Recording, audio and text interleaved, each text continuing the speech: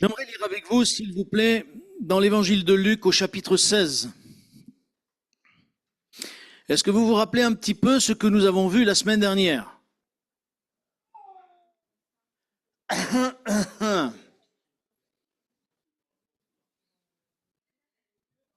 La volonté de Dieu, exact. Je ne sais pas qui c'est qui l'a dit. C'est toi, tu l'avais écrit quelque part? Ah, d'accord. C'est la volonté de Dieu, c'était en général. Mais aujourd'hui, j'aimerais vous parler de la volonté de Dieu pour notre vie, pour ta vie, pour ma vie. Parce que s'il y a une volonté de Dieu en général, et nous l'avons vu au travers de tout ce que Dieu veut faire, il y a la volonté que Dieu veut mettre dans notre vie. Mais là aussi, nous faisons certaines fois des erreurs, parce que nous croyons que notre volonté, c'est la volonté de Dieu. Et nous disons, Seigneur, je voudrais ça, je voudrais ça, je voudrais ça, mais c'est pas ça la volonté de Dieu. Si on dit, Seigneur, que ta volonté soit faite dans ma vie, dis-moi ce que, et on va le voir, ça va pas toujours nous plaire. Et c'est pour ça qu'il nous faut être clair par rapport à ça.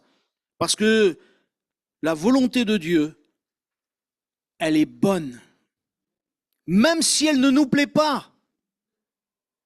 Et pourquoi elle est bonne? Parce que Dieu veut notre bonheur. Dieu, il a envoyé Jésus pour que nous soyons heureux. Il a envoyé Jésus pour que nous ayons une espérance. Il a envoyé Jésus pour que nous ayons cette certitude que nous avons la vie éternelle. Il nous a envoyé le Saint-Esprit afin que dans nos tristesses, nous soyons consolés. Et on se rende bien compte dans toute la parole de Dieu que Dieu veut notre bien. Et c'est pour ça qu'il est important que nous ayons, nous, la connaissance de sa volonté pour ma vie, pour ta vie, mon frère, pour ta vie, ma sœur. Et dans l'évangile de Luc, il est écrit ceci au chapitre 16. Je vous ai dit le verset ou pas? Non. Verset 10, s'il vous plaît. Il est écrit, « Celui qui est fidèle dans les moindres choses l'est aussi dans les grandes. Et celui qui est injuste dans les moindres choses l'est aussi dans les grandes. Si donc vous n'avez pas été fidèle dans les richesses injustes, qui vous confiera les véritables? Et si vous n'avez pas été fidèle dans ce qui est à autrui, qui vous donnera ce qui est à vous? Amen. » Au travers de ce texte, on se rend compte d'autres, mais bon, une entre autres, c'est que Dieu a quelque chose pour nous. Et il veut nous confier des choses. Il veut nous donner des choses. Mais si nous ne sommes pas capables de comprendre quelle est sa volonté, de connaître sa volonté, afin que sa volonté pour ma vie, je reviens bien toujours, pour ma vie, pour ta vie, ma sœur, ta vie, mon frère, si nous n'acceptons pas et si nous ne prenons pas sa volonté pour notre vie, comment pourra-t-il nous confier des choses importantes dans nos vies? Parce que les choses pour notre vie, elles sont petites pour lui. Et si nous ne sommes pas fidèles dans ce qu'il nous demande dans notre vie, comment pourra-t-il nous confier des grandes choses? À un enfant ou à un ado, on ne va pas lui confier la même chose. Et on se rend compte qu'on ne peut pas confier à un ado quelque chose. Si on voit que la première fois il se trompe, on peut dire bon, c'est la première fois. La deuxième fois, il se trompe, on va dire, bon, je vais lui confier que ce soit moins lourd, le problème. Et si on lui confie une troisième chose et qu'il n'est pas capable, on va dire, lui, je vais le laisser grandir un petit peu pour que je puisse lui confier quelque chose. Et je crois de la même manière, je crois que pour accepter la volonté de Dieu dans nos vies, il y a des attitudes à avoir. Une attitude qui est différente. Une attitude qui vraiment nous amène à quelque chose, j'allais dire, excusez-moi l'expression, à disparaître de nous-mêmes et de nos caractères. Si nous ne disparaissons pas de nous-mêmes et de nos caractères, il nous sera difficile de faire la volonté de Dieu, même dans nos vies. Et nous ferons des choix un peu à l'aveuglette en disant, j'espère que ça va aller bien, j'espère que ça va faire bien, et des fois ça marche, des fois ça marche pas. Et après on dit, mais Seigneur, pourquoi ça marche pas? Bénis ce que je fais. Non, ça se passe pas comme ça. Si on demande la volonté de Dieu dans nos vies, et si nous voulons vraiment goûter au bonheur que Dieu a préparé pour nous, il nous faut que nous puissions nous plier à sa volonté. Qui c'est qui vous connaît mieux que personne? C'est le Seigneur. Qui c'est, ma sœur, qui te connaît mieux que toi-même? C'est le Seigneur. Même ta femme, même ton mari, il ne te connaît pas aussi bien que le Seigneur. Et c'est pour ça que nous avons besoin de vraiment nous plier à sa volonté. Nos attitudes vont montrer aussi ce qu'il y a au fond de notre cœur. Et j'aimerais au travers de ça illustrer, c'est-à-dire que vous parlez d'un homme qui, dans la Bible, a demandé la volonté de Dieu. Et vous allez le reconnaître d'ici quelques instants, parce que c'est un prophète qui a demandé la volonté de Dieu. Il y a un roi qui vient le voir et qui dit, écoute, je sais que tu es un grand prophète, et j'ai besoin que tu viennes, parce qu'il y a des gens qui sont venus chez moi, là, qui sont venus dans mon pays, ils ont envahi toute une région, j'ai besoin que tu les maudisses. Et le prophète, il dit, ouh là là, ça se passe pas comme ça, hein. Mais le roi, il avait envoyé, vous savez, des ministres, le ministre des Affaires étrangères, le ministre de la Culture, le ministre, il avait envoyé des gens bien, quoi, de haut placés. Il dit, le prophète, il dit, attendez, moi je vais voir Dieu ce qu'il me dit. Oui, et oui. Et ce prophète-là, il va voir Dieu, il dit, Seigneur, voilà, ces hommes sont venus. Non, c'est Dieu qui lui dit, mais qui sont ces hommes chez toi?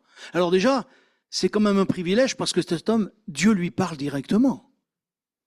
Dieu lui parle directement, il dit, qui sont ces hommes chez toi? Il dit, c'est des hommes qui sont venus. Et il y a un peuple qui est allé là-bas et en fait, ce peuple, ils veulent que je le maudisse. Dieu il dit, tu n'y vas pas. Il dit, comment, j'y vais pas? Non, non, tu n'y vas pas. Il dit, bon, d'accord. Le lendemain matin, il dit, écoutez, vous pouvez partir. Dieu m'a dit, tu n'y vas pas. Donc, je ne vais pas les maudire. Ah, ils sont un peu embêtés. Ils retournent vers le roi. Le roi, il envoie encore le double, mais bien plus important encore, le ministre des Finances, le ministre du Budget. Et il dit, écoute, si tu viens et tout, on va te donner une bonne somme, tu verras. Tu vas te remplir les poches. Balaam, il dit, je vais consulter Dieu. Il est sourd, non? Il n'a pas mis de sonotone, ce gars-là. Il va consulter Dieu et Dieu dit, qui c'est encore ceux qui sont là? Il dit, c'est les mêmes, mais plus importants. Tu sais, Seigneur, c'est des gens beaucoup plus importants. Et Dieu dit, mais tu ne vas pas quand même. Ou Dieu lui dit, bon, d'accord, tu y vas. Alors, est-ce qu'il y a eu une discussion entre Dieu? Je me suis posé la question, moi. Est-ce qu'il y a eu une discussion entre Dieu ou Balaam, il a essayé de marchander? Vous savez comment on fait, nous aussi? Seigneur, tu vois, ça me plairait bien. Et Balaam, sûrement, il a dit, oui, mais Seigneur, ils vont me donner une grosse somme, tu comprends? Et Dieu dit, vas-y. Et au moment où il part, il prend son ânesse. Et au moment où il prend le chemin, la Bible nous dit que l'ange de l'Éternel s'est dressé. Et l'ange de l'Éternel avait décidé de tuer Balaam. Mais l'ânesse, elle a vu l'ange de l'Éternel.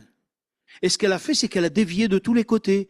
Et à un moment donné, l'ânesse s'est retrouvée dans un chemin où il y avait un muret de chaque côté, et elle a serré d'un côté au point que le pied du prophète, ça a été écrasé. Et puis à un moment donné, l'ânesse, elle est tombée. Il a pris un bâton, il a battu l'ânesse. Et puis Dieu a fait que l'ânesse, elle parle. Elle a dit, mais pourquoi tu me bats? Et on dirait que ça ne l'a pas étonné, lui. Moi, un âne qui me parle, je me pose des questions. Bon, d'accord, vous allez me dire, il y a des ânes qui, des fois, ils se trouvent sur des estrades aussi, je vous l'accorde. Je vous l'accorde. Mais en tout cas, l'âne lui a parlé. Et l'âne lui dit, mais est-ce que moi, je t'ai déjà maltraité? Est-ce que déjà, je t'ai malmené? Le prophète, il dit, non, mais justement, pourquoi tu me fais ça? Si j'aurais une épée, je t'aurais tué. Et à ce moment, Dieu ouvre les yeux à Balaam et il voit l'ange de l'Éternel. Et là, c'est plus la même. Parce que là, il réalise que Dieu avait décidé de le tuer. Pourquoi a-t-il été posé la question à Dieu pour faire ce qu'il avait envie de faire? Pour ceux qui veulent lire l'histoire, elle sera beaucoup plus complète que ce que je vais vous raconter. C'est dans le livre des Nombres, au chapitre 22, et vous la lirez. D'accord? Et en fait, on se rend compte que Balaam, il il pose la question à Dieu, qu'est-ce que je dois faire? Mais en fait, il fait ce qu'il veut. Parce qu'en fait, il y a un intérêt, il a un intérêt. Et en fait, Dieu lui dit maintenant, vas-y, tu peux y aller. Et en fait, quand il se trouve devant le roi lui dit, il lui montre, et c'est Israël ce peuple. Et Balaam dit, écoute, c'est simple, je vais aller devant Dieu, toi tu montes un autel, tu fais des sacrifices, et moi je vais aller parler à Dieu. Et Dieu lui dit, mais toi, Balaam, tu vas dire ce que moi je te dis. Et en fait, Balaam va chaque fois bénir Israël. Bénir Israël. Même dans cette dernière bénédiction d'Israël, alors, je n'ai pas encore trop étudié, mais elle se rapporte peut-être à ces temps qui nous sont aujourd'hui. Rendez-vous compte un petit peu la sagesse de Dieu et la connaissance de Dieu par rapport au temps d'aujourd'hui. Bon, je ferme la parenthèse. Le fait est, c'est que Balaam se retrouve 7 fois à devoir maudire, et 7 fois, il ne peut pas maudire. Et le problème, c'est qu'il s'est fait coincer lui-même à son propre jeu. Parce qu'à un moment donné, le roi lui dit, puisque tu agis et que tu bénis au lieu de maudire, maintenant, ce que je devais te donner, je ne te le donne pas. L'argent, tout le reste, je ne te le donne pas. Et la Bible nous dit ce qui est arrivé à Balaam.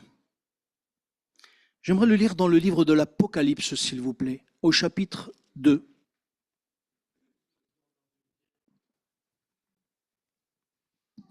Mais pourquoi?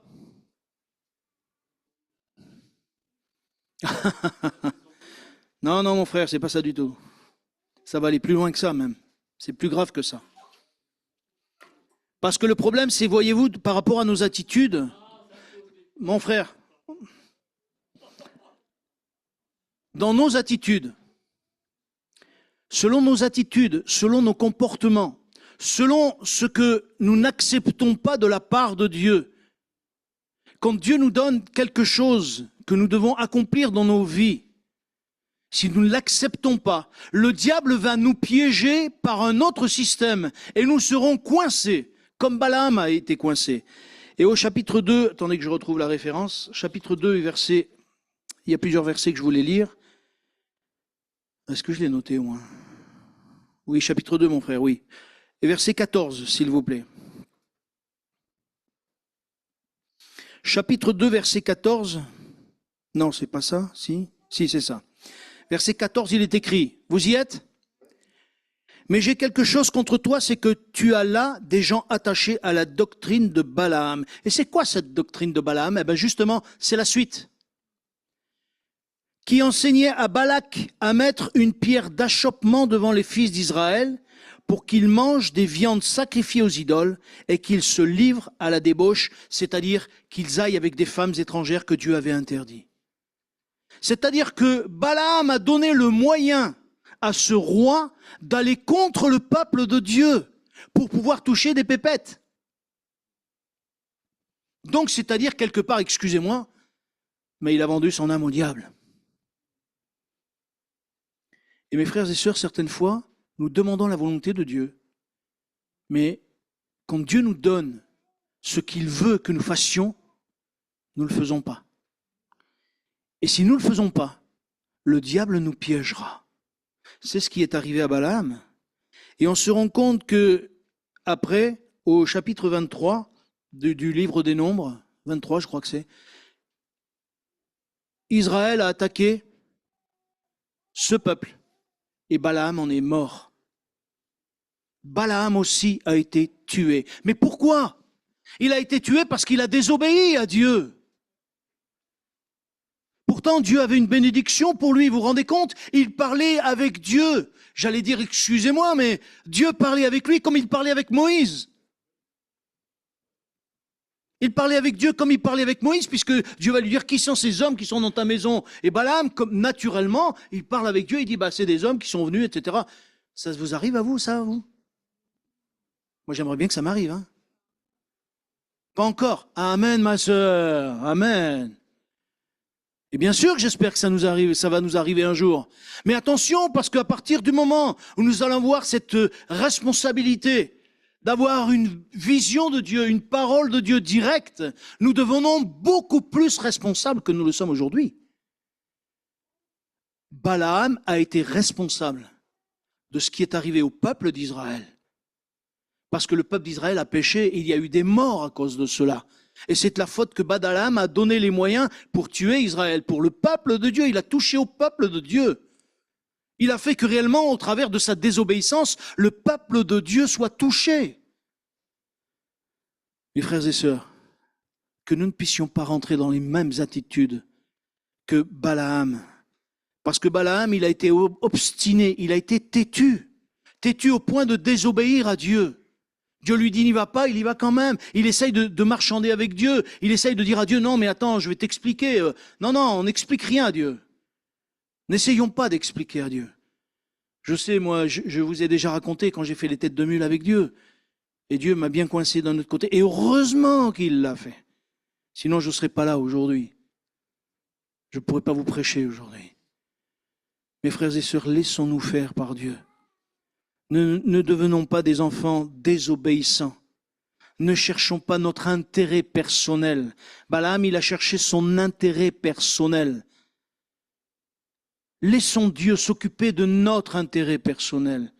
Je vous ai déjà raconté cette histoire de cet homme qui a dit de son entreprise, et vous savez qui c'est, pour la plupart, parce que j'en ai déjà parlé.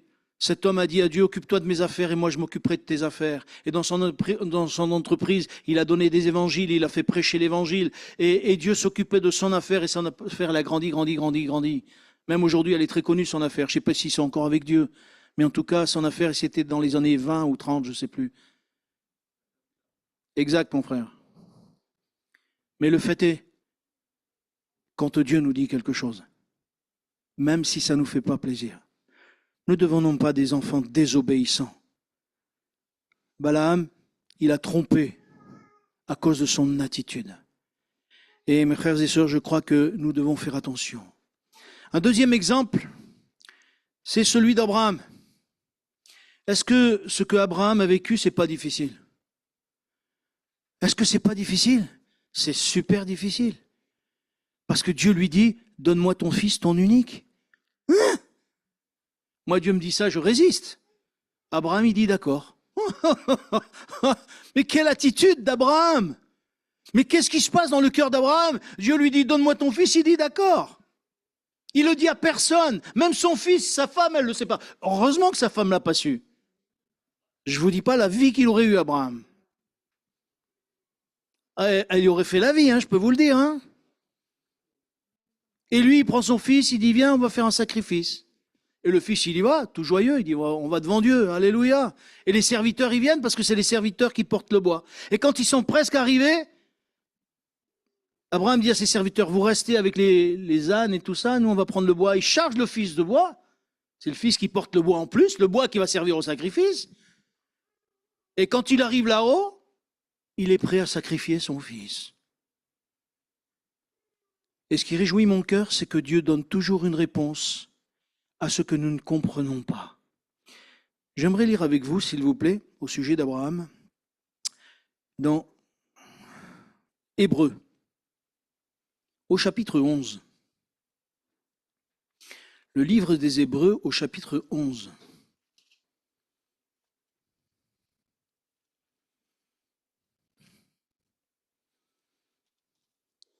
Et au verset 17.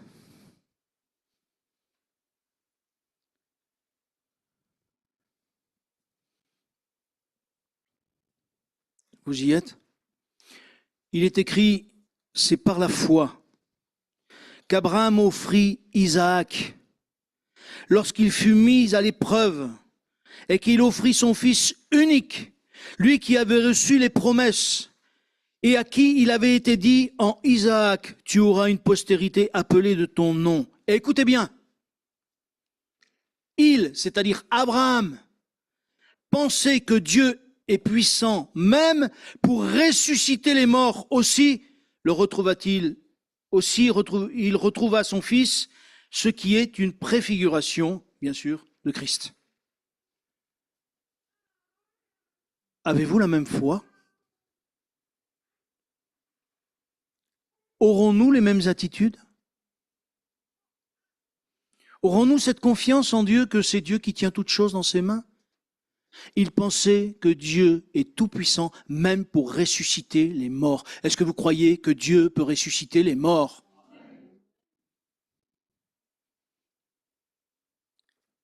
Vous dites amen là, si ça nous touche.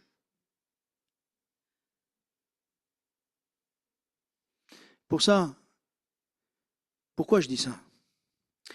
Parce que mes frères, il y a des choses, comme encore une fois je le dis, Abraham n'a pas discuté avec Dieu, parce que pour avoir cette attitude, il est passé par les épreuves où il est passé.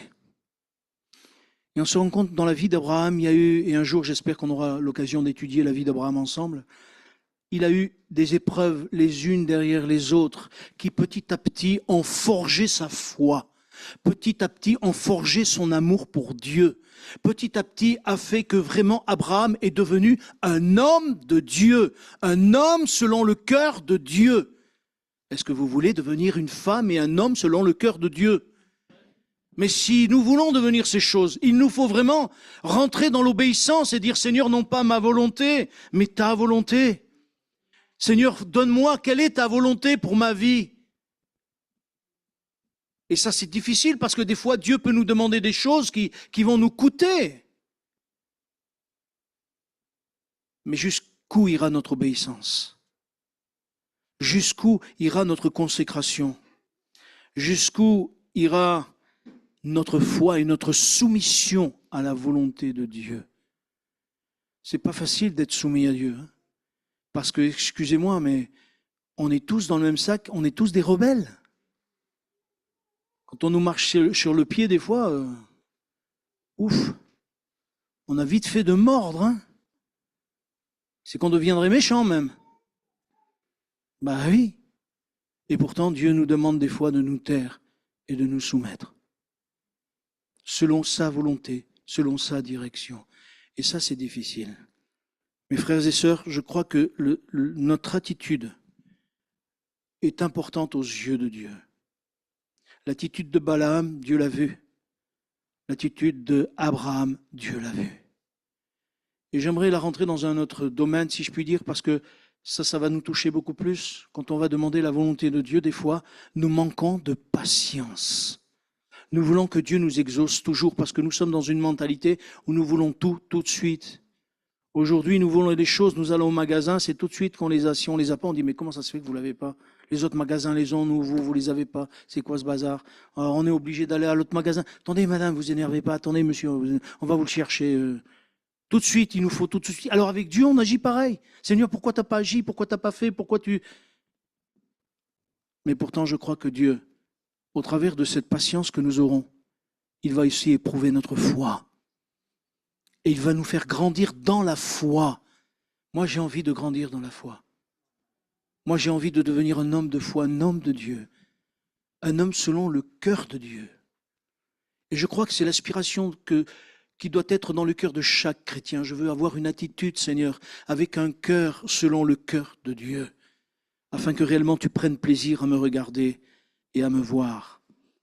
Je crois que vraiment, nous avons besoin de la patience, l'acceptation dans nos pensées de la volonté de Dieu et non pas de la nôtre.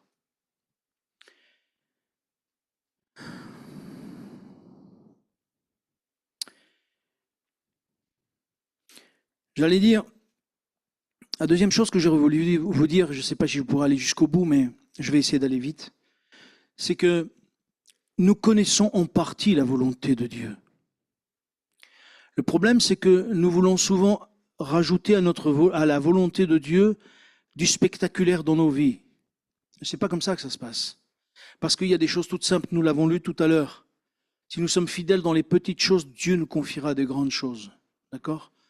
Et je crois que le désir de Dieu, c'est que nous puissions comprendre que réellement, la volonté de Dieu, nous commençons à la connaître à partir du moment où Jésus nous a appelés à l'aimer. Où Jésus s'est révélé à nos cœurs, à partir du moment où nous sommes rentrés dans les eaux du baptême. Qu'est-ce que Dieu dit? Qu'est-ce que Dieu dit à ses disciples lorsqu'il part? Faites de toutes les nations des disciples. Ça veut dire quoi ça? Ça veut dire que Dieu veut qu'on le serve. Et je crois que ça, c'est sa volonté, que nous le servions. Alors, c'est pas réservé seulement à ceux qui prêchent, c'est pas réservé seulement à ceux qui font chanter, mais c'est chacun de nous, Dieu appelle chacun de nous à le servir. Et aujourd'hui, je trouve que c'est dommage que l'Église se conforme plus à ce monde, parce que même ce monde dit, même pour trouver aujourd'hui des bénévoles, c'est difficile. Les gens, ils savent plus comment faire pour trouver des bénévoles. Ils essayent de les appâter d'une manière ou d'une autre, et c'est difficile. Et on se rend compte que la mentalité dans l'Église, c'est pareil. Quand on demande aux gens de venir servir ceci, j'ai pas le temps, j'ai l'anniversaire de la grand-mère, la fête des mères, la fête des pères, la fête des grands-mères, la fête des grands-pères, la fête des fleurs, la fête de la musique, il y a que des fêtes aujourd'hui.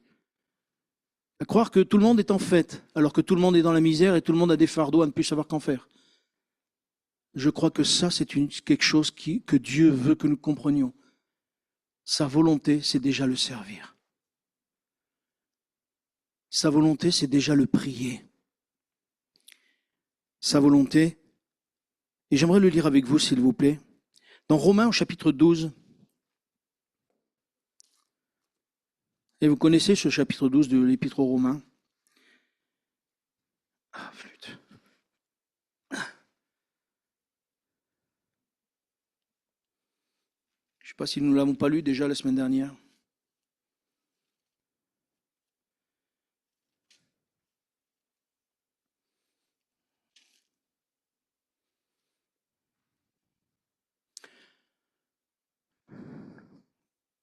Chapitre 12 de l'Épître aux Romains, verset 1. Et c'est une parole forte que nous lisons. Et encore une fois, je ne sais pas si nous la réalisons. Il est écrit ceci, « Je vous exhorte donc, frères, par les compassions de Dieu, et écoutez bien, à offrir, quoi? Vos corps. Il ne dit pas vos cœurs, parce que normalement, vos cœurs appartiennent au Seigneur. Mais c'est quoi le cœur? C'est la pompe? C'est l'intérieur? Mais qu'est-ce que vous voulez que Dieu fasse avec l'intérieur sur la terre? Il ne peut pas se servir de notre intérieur sur la terre. Il veut se servir de notre corps. C'est pour ça que l'apôtre Paul dit, je vous exhorte par les compassions de Dieu à offrir vos corps comme un sacrifice vivant, saint, agréable à Dieu, ce qui sera de votre part un culte raisonnable. Offrir nos corps, ça veut dire quoi? Qu'on va les sacrifier? Non, c'est pas ça que ça veut dire. Ça veut dire qu'on offre mon corps pour servir Dieu. J'offre mon corps pour le servir dans ce que Dieu me demandera. Que ce soit chez moi, que ce soit dans le témoignage, que ce soit parce que Dieu veut faire de nous vraiment ses instruments. Dieu, je vous l'ai déjà prêché, mais Dieu nous a sauvés pour servir. Dieu nous a sauvés pour qu'il soit glorifié. Ailleurs, il est dit justement, il nous a sauvés pour que nous puissions raconter sa gloire, sa magnificence, que nous puissions l'élever. Est-ce que nous voulons faire ces choses? Parce que ça, c'est la volonté de Dieu aussi. Le matin, quand on vient le dimanche matin, vous ne trouvez pas qu'on a toutes les raisons de le louer et de le bénir? Vous ne trouvez pas qu'on a toutes les raisons de dire, Seigneur, au moins merci, parce que tu m'as sauvé, parce que tu as mis dans mon cœur, tu as mis quelque chose d'autre. Je sais ce qui se passe les dimanches matins. Ça m'arrive aussi. Des fois, je le dis, ma femme, elle n'est pas là, je peux le dire. Vous lui raconterez, vous pourrez le déformer même, je vous autorise. Des fois, on se prend la tête pour rien. Et juste avant que je prêche, ça tombe bien. Comme ça, au moins, j'arrive à la prédication, je suis un peu, comment dire? Vous voyez ce que je veux dire? Oui, un petit peu, voilà. Il a trouvé le terme. Je suis excité. Mais pas dans le bon sens. Mais oui. Et quand on arrive des fois, on n'a pas envie de louer Dieu. On a dans notre tête cette dispute qui est là. Et je me suis toujours dit, Seigneur, je refuse de me taire. Parce que tu es un grand Dieu. Et tu mérites toute ta louange. Tu es digne de louange, digne d'adoration. Je n'ai pas le droit au moins de ne pas te dire merci. Je n'ai pas le droit de ne pas dire merci à Dieu. Parce qu'encore je vois sa bénédiction chaque semaine. Et si ce n'est pas dans un sens, c'est dans un autre. Des fois, je suis tout seul dans mon voiture ou je suis tout seul chez moi et je sens la présence de Dieu. Je me mets à pleurer. Je ne sais pas pourquoi je pleure, mais je pleure. Mais je sens la présence de Dieu qui fait du bien à mon cœur. Je dis, Seigneur, qu'est-ce que tu es bon, mais qu'est-ce que je suis misérable et qu'est-ce que tu es bon. C'est pour ça que je me refuse de louer, de ne pas louer Dieu. Et mes frères et sœurs, j'aimerais que dans nos cœurs, il y ait ces mêmes sentiments, que nous puissions, excusez-moi de dire les choses comme ça, mais je crois que nous n'avons pas le droit de passer à côté de ce que Dieu voudrait pour nous. Si nous savons offrir nos corps à Dieu, ne vous inquiétez pas, ce qui ne va pas dans vos vies, dans vos familles, dans vos difficultés, c'est Dieu qui va prendre en main les choses. Et quand il va prendre en main les choses, je peux vous dire que ça va barder, qu'il y en a qui vont se remettre carrés. Ils sont arrondis, mais ils vont se mettre carrés, moi je vais vous le dire. Parce que Dieu, il est carré, il sait ce qu'il fait. Il sait ce qu'il fait. J'aimerais lire encore un dernier texte après. Ouais, on n'a pas le temps de tout voir, mais je vais aller vite. Juste ce dernier texte et encore un dernier texte après. Et puis, dans 1 Timothée, s'il vous plaît, au chapitre 2, nous l'avons lu la semaine dernière aussi. Ce sont des passages que je me repasse dans mon cœur régulièrement.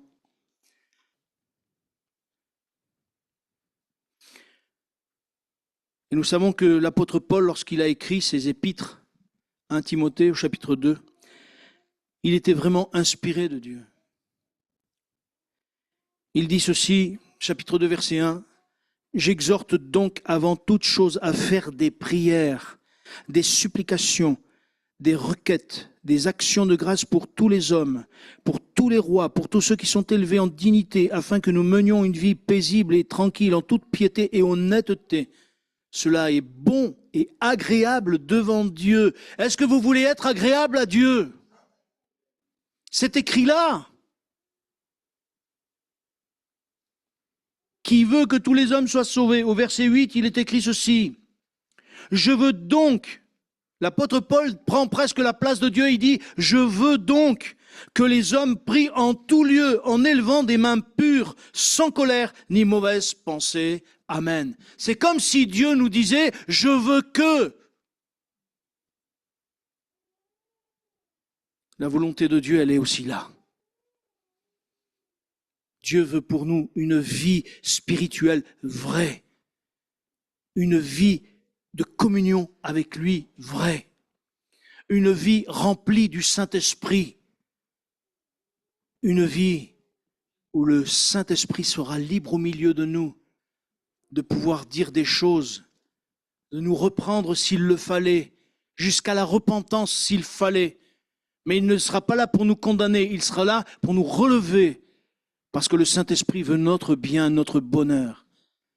Mes frères et sœurs, je crois que nous devons vraiment réaliser que réellement Dieu veut, dans sa volonté, vraiment nous emmener plus loin avec lui. Est-ce que tu veux aller plus loin avec lui? Et ça, je sais que vous direz oui. Jésus a dit, cherchez premièrement le royaume et la justice de Dieu, et toutes choses vous seront données par-dessus. Est-ce que nous avons pesé ce que ça veut dire, ce verset? Toutes choses vous seront données par-dessus.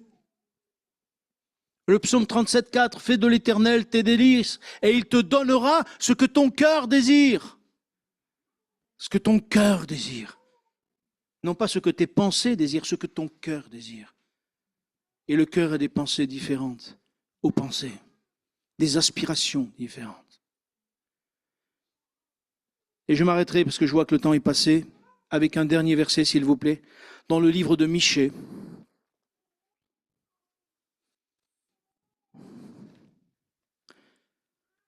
Vous savez où est Michée? Oui, l'Ancien Testament. Oui, merci. Non, c'est pas le dernier, c'est Malachie, mon frère. Avant Naoum et après Jonas. Avant Naoum et après Jonas. Au chapitre 6.